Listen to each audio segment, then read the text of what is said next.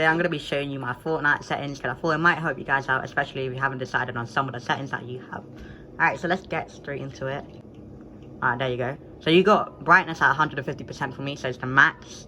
But you can set it to whatever is good for your eyes. I mean, like, it's up to you.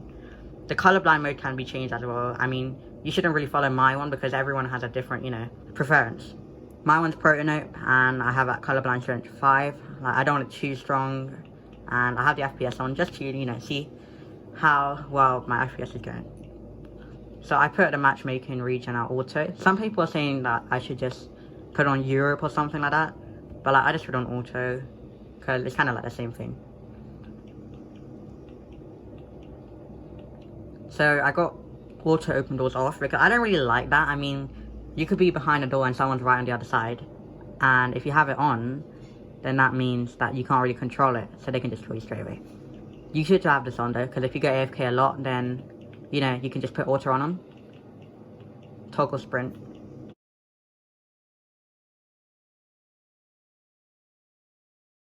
This is really important actually, so I suggest that everyone gets this no matter what console you're on.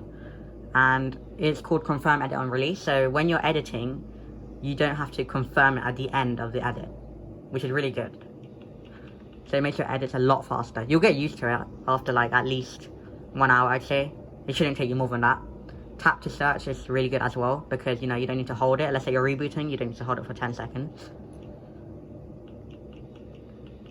I have all of these on apart from the map and backpack keys. I mean, to be honest, I don't really need some of the other keys.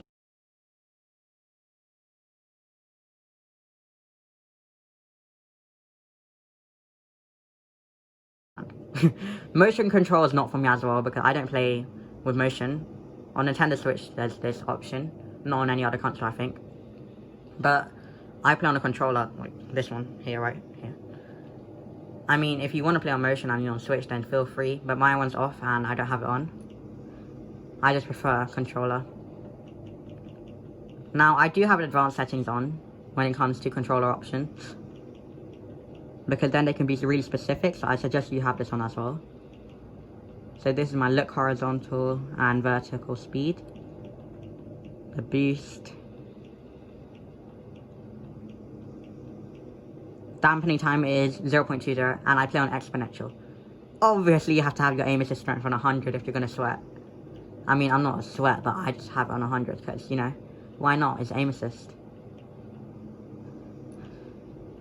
Then this is just things that you can change. I mean, it's just to do the sound. Sound effects should be really high though, because if you want to hear people like footsteps and everything, or chest, or reboots, whatever, then that needs to be quite high.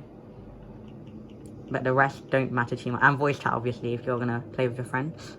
Visualize sound effects is really cool. I have just recently changed this actually, because it's recent and I didn't even know about it before. But then I tried it and I was like, okay, yeah, let me try it.